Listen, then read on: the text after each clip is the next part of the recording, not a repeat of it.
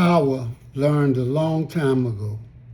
Threaten a person's family, threaten their income, threaten their place in society, and you can shape their speech. That's why silence is so common in high places.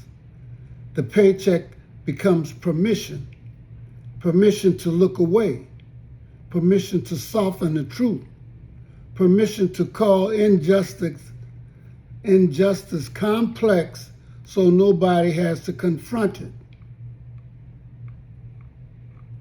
Now, we have some very intellectual people in some of our colleges, but the only thing I have a problem with is they know the truth, but once you get those degrees and once you start receiving the type of money that can change your life and make things better so that you don't have to be poor again, all of a sudden somebody has bought you. So therefore, you're a human and you're for sale. They say we live in the information age, but sometimes the more we learn, the less we seem willing to understand. Because knowledge isn't just about what we know, it's about what we are willing to say out loud when it costs us something. And that brings me to a hard truth. Humans are for sale, not in the crude sense only. Through history has shown that too, but in a quieter, modern way, through incentives, fear, and dependency, the guiding hands of this era figured something out a long time ago. You can often control what comes out of their mouth with a paycheck. That paycheck becomes the script, becomes the muzzle. That fear of being poor becomes a leash. And once you see that, you start to understand why so many brilliant minds grow strangely silent and they mimic the actions of a coward. We are told that our institutions are neutral, that measurements are objective, that if someone is at the bottom, it must be their fault. You've heard the question, if your people are so capable, why are they at the bottom of every chart? But the charts don't fall from heaven. The charts are made by people. People build systems, and systems reflect priority. And white supremacy is the dominant system here and all over the globe. So if that system was designed to restrict education, housing, health, wealth, then a chart showing unequal outcomes is not a mystery. It is a report card of somebody's design and would reflect what you probably are not, but reflects what they feel about you. No matter if you got all hundreds, they can change it to 80s or 90s because they don't want you to be intelligent. And that design has a history. In the United States, for example, there is documented history of the eugenics movement shaping public policy, state-sanctioned forced sterilization.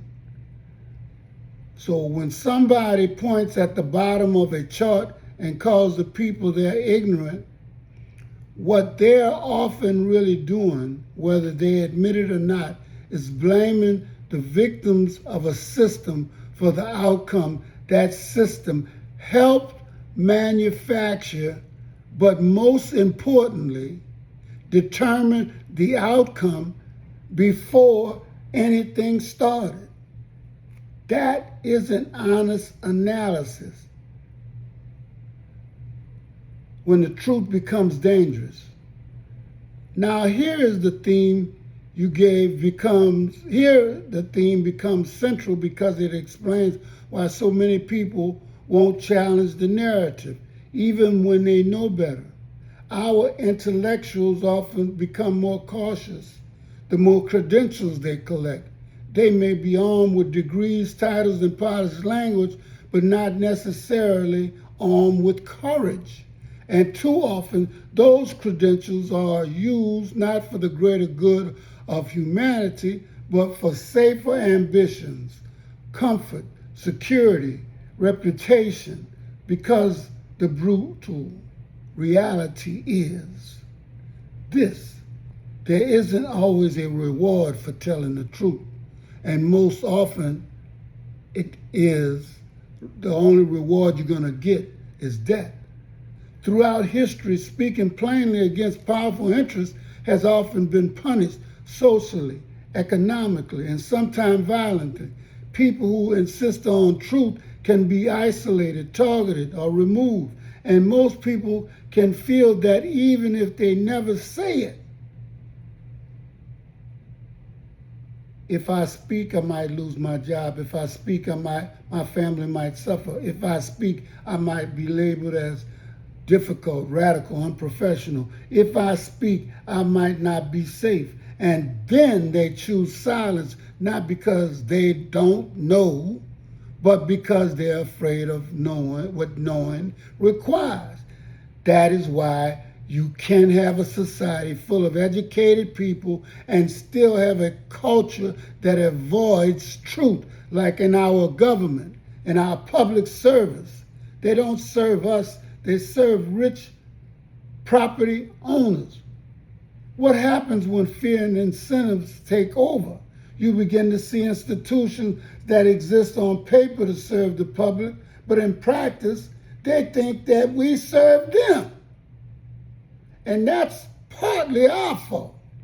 You see government captured by donors.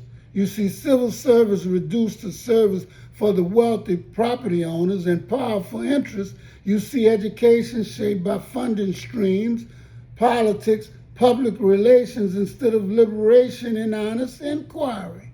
And then the people are told, trust the system, trust Trump. But the system often hasn't trusted the people enough to tell them the whole story. So I say this plainly: if you're not serving the people the way you're supposed to serve them, then you are not serving them at all. You are serving yourself, your incentives, and whoever controls your future. The real human resource, because we must not leave this room defeated, is that we have not lost everything, but we have damn sure lost our minds. The land is still here. The extracted resources are still here. The human capacity for brilliance is still here, and the people are still here. The question is not whether we have what we need. The question is whether we have the moral depth to stand for what is true, even when it costs us. Because the future does not belong to those who memorize narratives. It belongs to those who can recognize manipulation, question incentives, insist on a fuller record. So what do? We stop letting measurements replace meaning. We stop letting charts become destiny. We stop letting credentials substitute for conscience.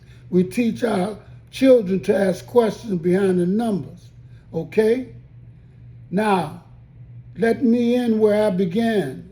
Human beings for sale. Power learned a long time ago. Threaten a person's family. A person can still decide, I will not trade my voice for security. I will not trade my integrity for income. I will not trade what is right for what is convenient. And if enough of us make that decision quietly, consistently, courageously, then history does not remain the property of the victors.